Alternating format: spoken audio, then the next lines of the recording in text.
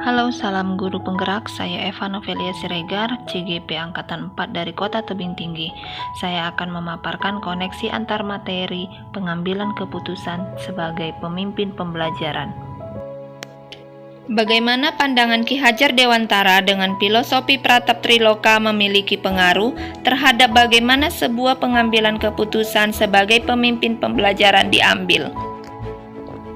Filosofi pendidikan menurut Ki Hajar Dewantara, guru merupakan pamong yang menuntun muridnya untuk mencapai keselamatan dan kebahagiaan setinggi-tingginya.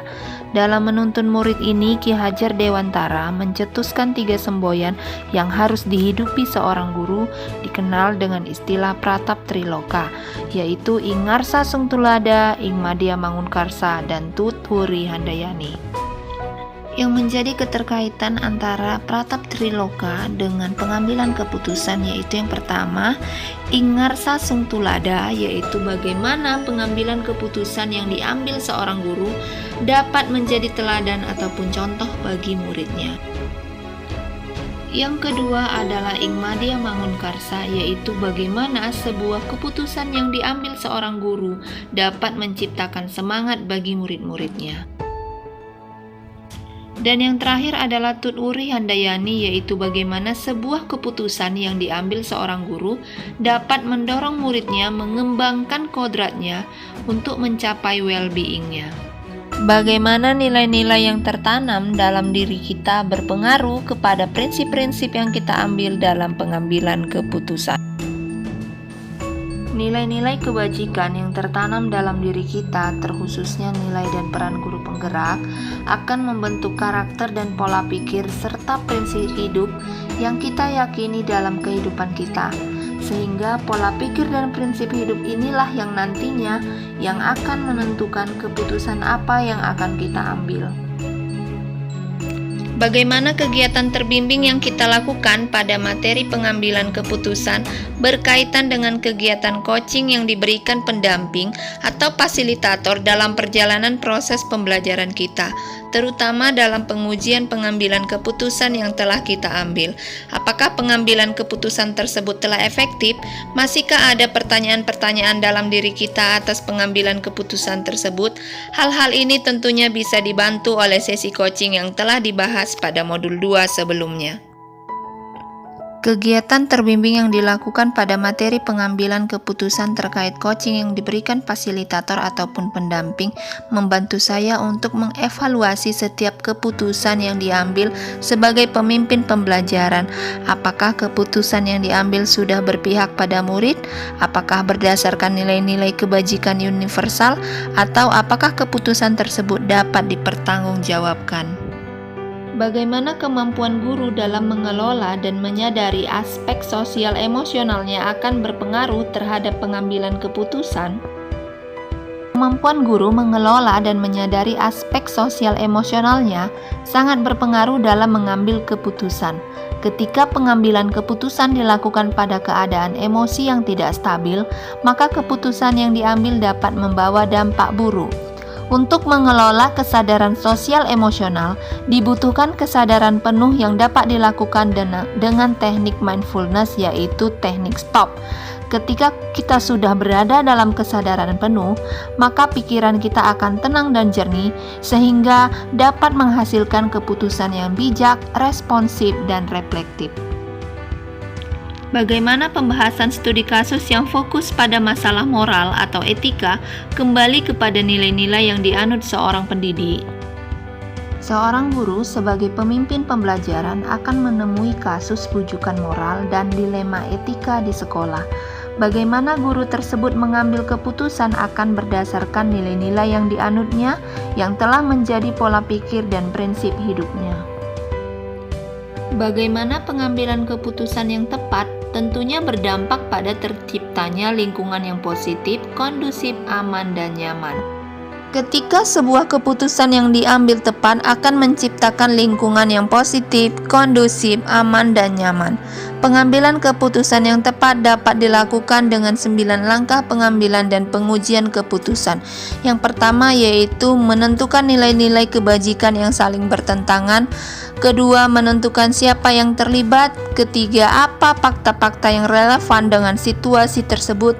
Keempat, yaitu melakukan pengujian. Ada 5 pengujian, yaitu uji legal, uji regulasi, uji intuisi, uji publikasi atau halaman depan koran, dan uji idola atau panutan. Kemudian yang kelima adalah menentukan paradigma yang terjadi di situasi tersebut. Ada 4 paradigma, yaitu individu lawan masyarakat, kebenaran lawan kesetiaan, rasa keadilan lawan rasa kasihan, jangka pendek lawan jangka panjang. Yang keenam adalah tentukan prinsip mana yang akan dipakai.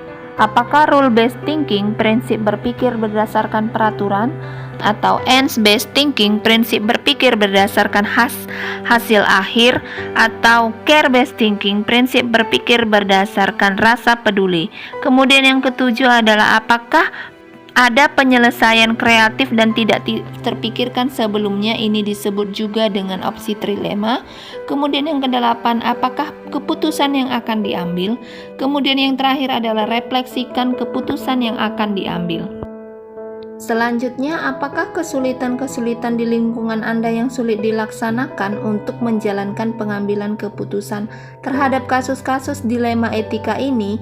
Apakah ini kembali ke masalah perubahan paradigma di lingkungan Anda?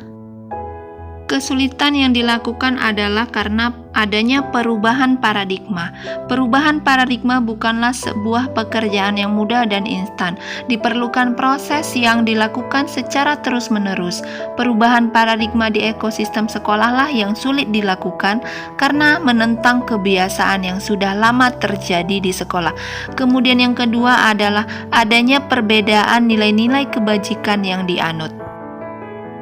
Dan pada akhirnya, apakah pengaruh pengambilan keputusan yang kita ambil ini dengan pengajaran yang memerdekakan murid-murid kita? Pengambilan keputusan yang tepat dengan memenuhi kebutuhan murid dan diputuskan dalam kesadaran penuh akan memberikan pembelajaran yang berdiferensiasi untuk memenuhi kebutuhan belajar murid dan berpihak kepada anak, sehingga dapat mengembangkan kodrat anak untuk mencapai well-being-nya dan terciptanya merdeka belajar. Bagaimana seorang pemimpin pembelajaran dalam mengambil keputusan dapat mempengaruhi kehidupan atau masa depan murid-muridnya? Setiap keputusan yang diambil guru dalam pembelajaran sangat mempengaruhi kehidupan dan masa depan murid-muridnya.